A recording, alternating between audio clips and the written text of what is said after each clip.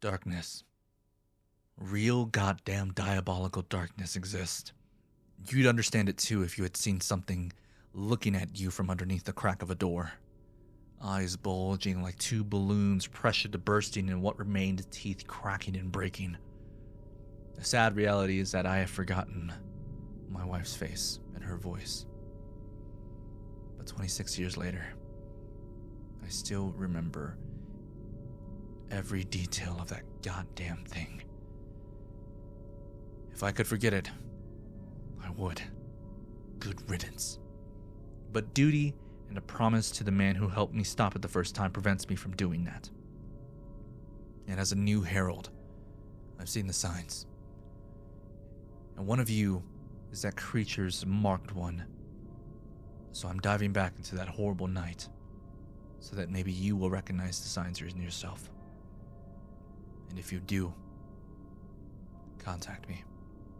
We will step over the river together.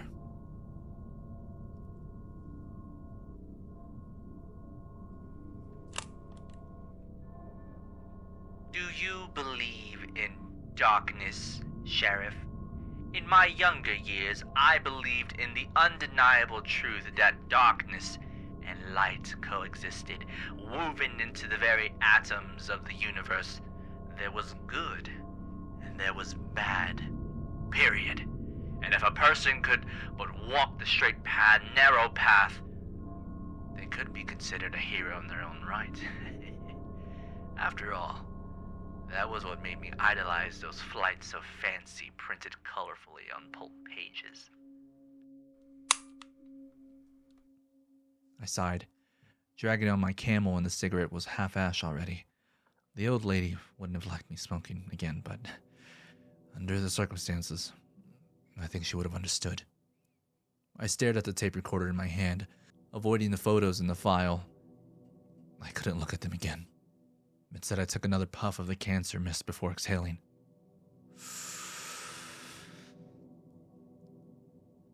Yeah, Betsy would have understood.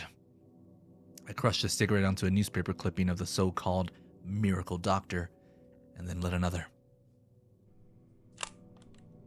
It was not until I was older that I found the shadow between the two. The gray, if you prefer, was a much more prevalent state than light and darkness, good and bad, or hero and villain. But now I am convinced that I was incorrect. Darkness, true darkness, exists. And you will see it, Sheriff. Between the stars, between deep beneath the waves, and in the hearts of those you claim as innocent. There are no innocents. There are no victims. Just lesser shadows overpowered and consumed by a greater blackness. Goddamn monster, I grumbled to myself before setting the recorder on my desk. It was a device wholly outdated, but the town barely paid my salary. Miracle Man of the Valley. Everyone in Styx knew of or knew the doctor. He was a bright spot that brought attention to a sleepy town where the buildings and people were slowly aging into oblivion. Fortunately, now it looked as if his reputation was about to grow, and so would the attention of my small little town. I looked at the monitor. The grainy TV feed didn't hide the doctor's stare. His eyes, sharp despite the blur, seemed to lock onto mine through the screen. There was a sharp, salty smell all of a sudden. I shivered, the chill traveling down my spine. Still looking directly at the camera, the doctor smiled with his perfect pearly white teeth and took a sip of water from the paper cup before crumpling it in his hands. The jingle of his cuffs and his chains filled the small room was loud enough that I heard it through the paper-thin wall next to me. "Sheriff Grady," he called in a sing-song voice loud enough to be heard through the wall. "Smoking is a filthy habit." I sighed. rubbing my temples, ready to be done with this shrink. The state trooper couldn't get here soon enough. I had 14 peaceful years as sheriff without anything more dangerous than the McCaffrey boys drinking, driving, and smashing mailboxes with a bat. Now there was blood in the water, and sharks were circling towards us with press passes and cameras, and bodies were piled into a grotesque mound in the morgue beneath my feet. "You aren't going back in there, are you?"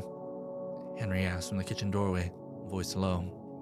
At least, I hoped it was low enough. Henry walked across my office, which was a little more than the kitchen of the converted house that contained both my office and the first floor, as well as the town mortuary in the basement. As the mortician and the backup deputy whenever I needed it, Henry knew the doctor's handiwork probably better than me. He leaned against the teal-painted cabinetry and yanked bloodied rubber gloves off his hands before he had been hard at work at the Johnson boy's body. Or what was left of it after the doctor had finished with it. "This coffee is stale," he said to me. But that didn't stop Henry from drinking it. "So heat it up then." No reason," he replied, drowning the remainder of the mug like a shot. "I doubt we're getting any warmth tonight." I just grunted and pulled out the old Jack from my desk. He held up his cup for some, and we made a silent toast to the dismembered boy below. I shriveled and wrinkled my nose at the smell of the incoming tide. "You get anything out of him?" "Nothing useful." I blackened the other eye and clipped me with a cigarette butt before using Henry's empty mug as my ashtray.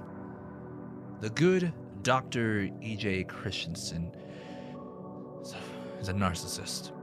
He talks like he wants to be one of those killers getting interviews on an evening news." Dr. Christensen spoke like what my pa would have called a damnable flapping asshole of a pretentious prick. One of my father's pearls of wisdom would have made me smile in other circumstances, but not now.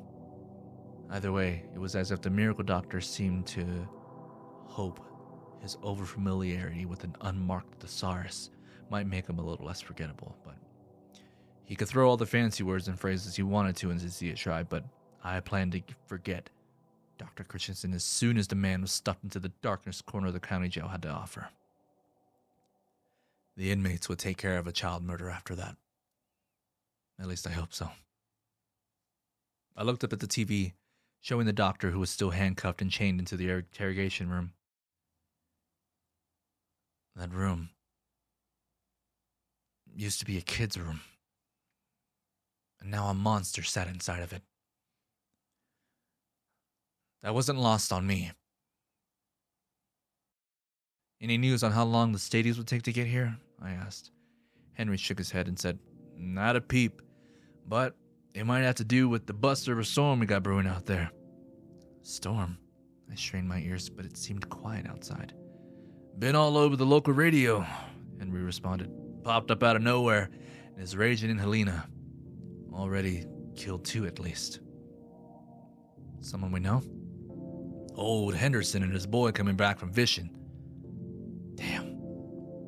"Swept them and their truck right off the edge of the valley, wrapped them around a tree," Henry said.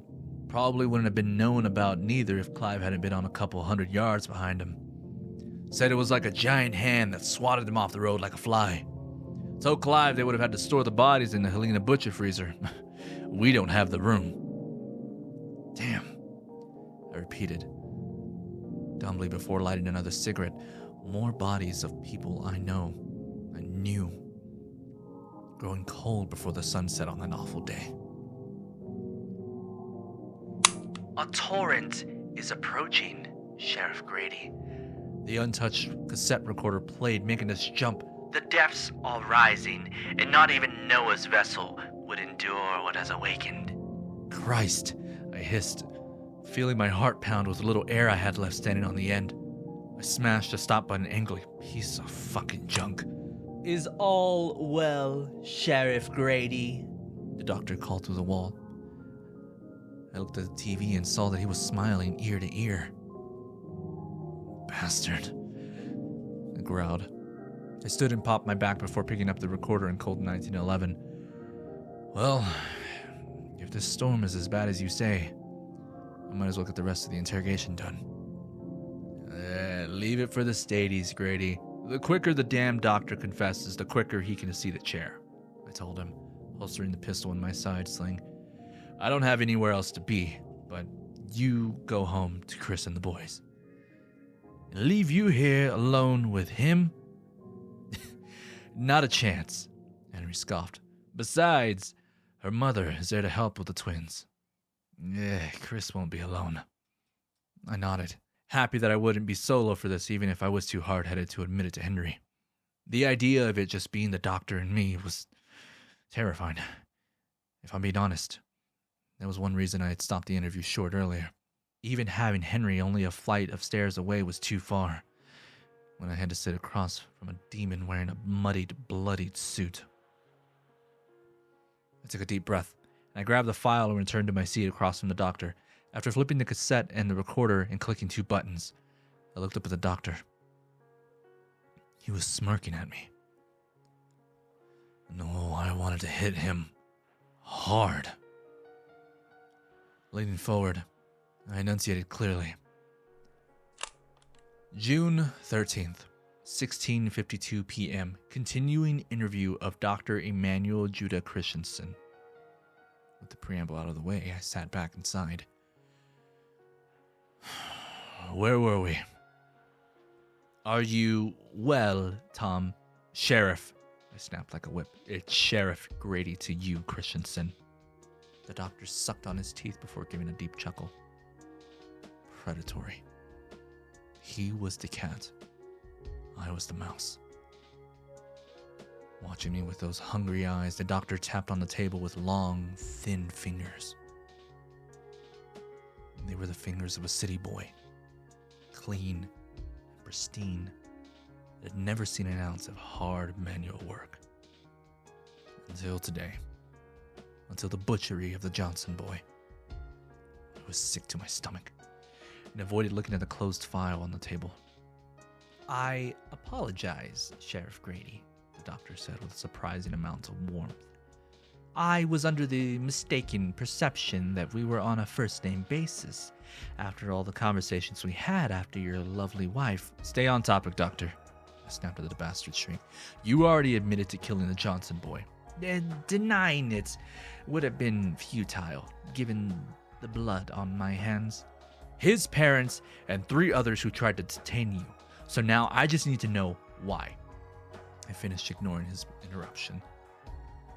Why? Christensen nodded as he said the word.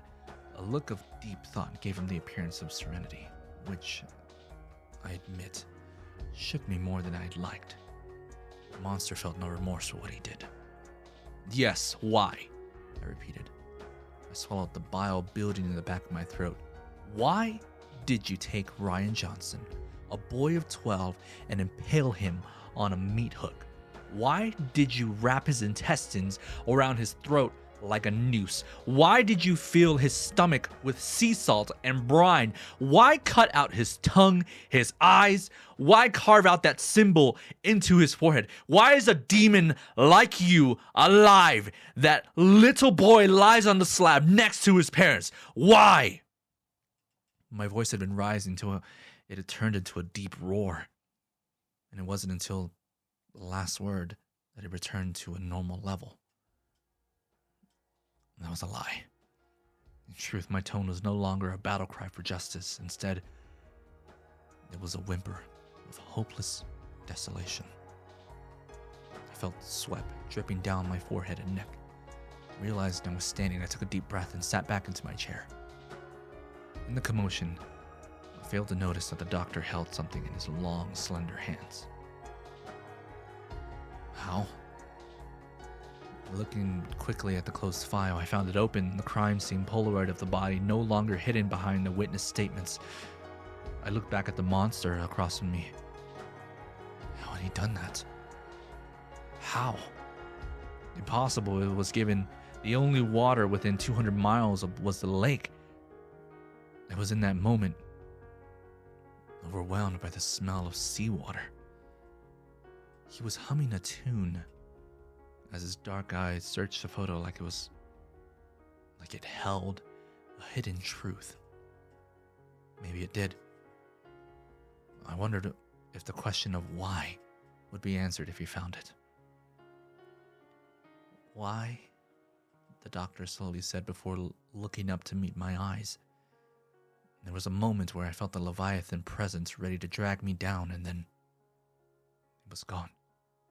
In a brief flash, the doctor's eyes widened in alarm, tears formed in his eyes, and his chest heaved with panicked breaths. Why is this happening to me? I slid back in my chair from the table as the doctor lunged to his feet. Luckily, his chains were linked to the iron loops drilled into the floor, did their job.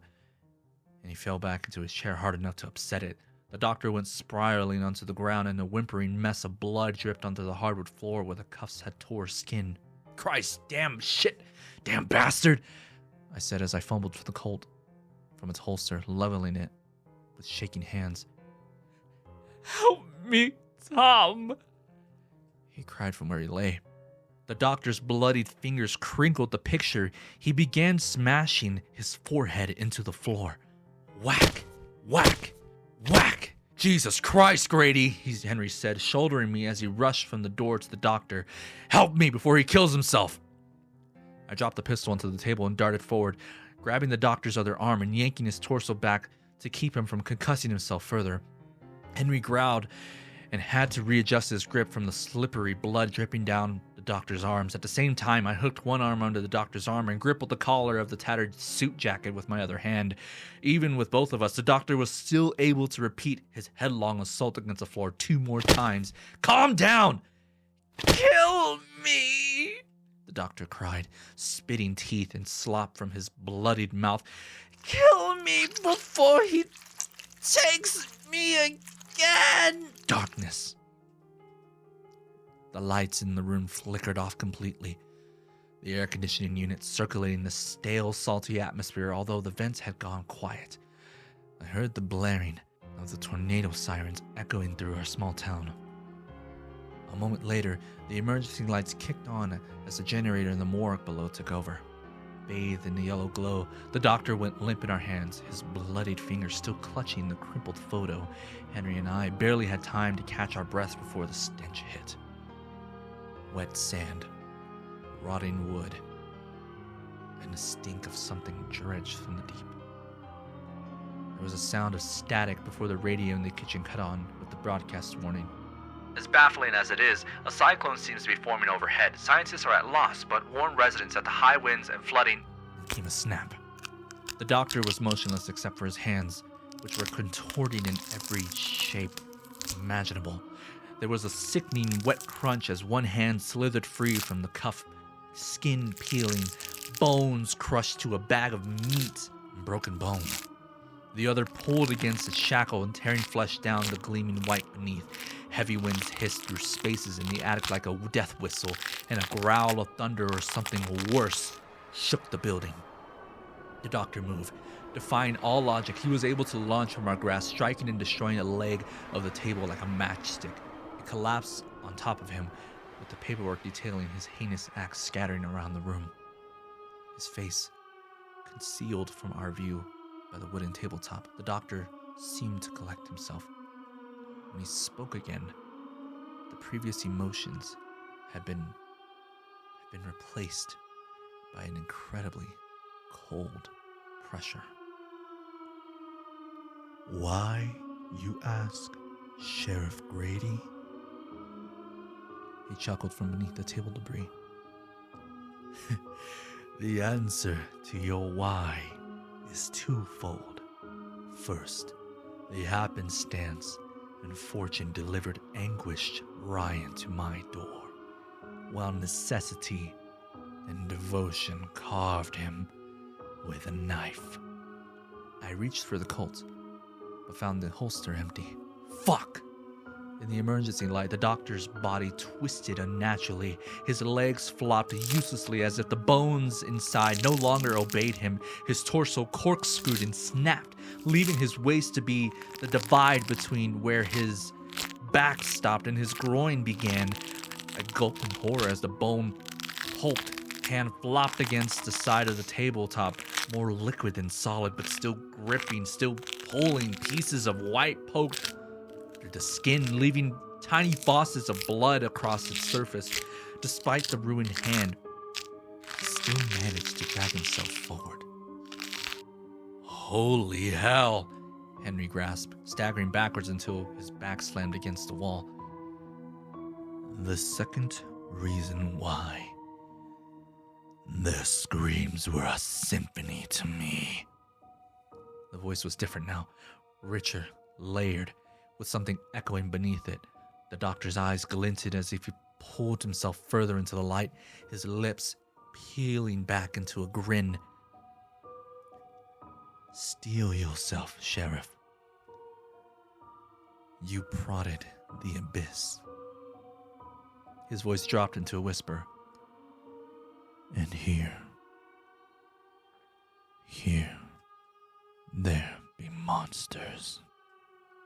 The doctor let out a sharp, barking cackle that made my body go cold and my jaw lock. I was up in an instant, and Henry was right behind me, pushing down against me to get farther ahead in his flight. On all fours, like a dog, I scrambled towards the door. A bullet pierced the wall directly above me, but my mad dash allowed me to escape onto the hallway beyond. As soon as I got to the side, Henry slammed the door shut and threw the locks closed. Another shot was followed by the doctor's maniac cackle, but the second was much more damaging to us than the first, since it only embedded itself into the thick oaken door. As for me, I pushed myself to my feet and rushed towards the front door. Throwing it open, I was met with an insurmountable torrent of wind and rain. The hurricane was on our doorstep with all of its fury. The rain hit like needles, and the wind lifted me off my feet. The floodlights shone with all their might against the oppressive darkness, and I could just barely make out my Ford and Henry's Corolla at the edge of it. Both vehicles went rolling as a powerful gust drove through, with my heart in my boots. I put all my weight behind the door and closed it. The sound of the storm muffled somewhat, but that just made it easier to hear the doctor singing a shanty in the other room, deeper in the battered house. Oh, the black tide swells and the dead men call through waters cursed where no stars fall. A shadow stirs in the fathoms deep where lost souls wail and the drowned ones creep. The doctor let out a gravely laugh that gnawed away at my soul. Taking a deep breath, I walked slowly down the dark hallway toward the light coming from the kitchen. Each step seemed to drive my stomach deeper into my chest. But better to be in the light. Oh, that's what I told myself. Henry was sitting at the table with his head between his hands. Hearing me approach, the younger man looked up at me with the same panic that was undoubtedly plain on my own face. I took the seat across from him, even though as we both still heard the doctor singing in the next room. 1,000 arms all slick with grime, they grasp and pull beyond all time. No prayers, no steel can cut them free. Once you're caught, you'll cease to be. That is when I saw the doctor's fingers snake through the bullet hole and begin chipping away at the drywall. The monster was coming, and it sang. Some are torn and ground to meat, some are swallowed whole and sweet. Some go mad and leap below, laughing as the black tides flow.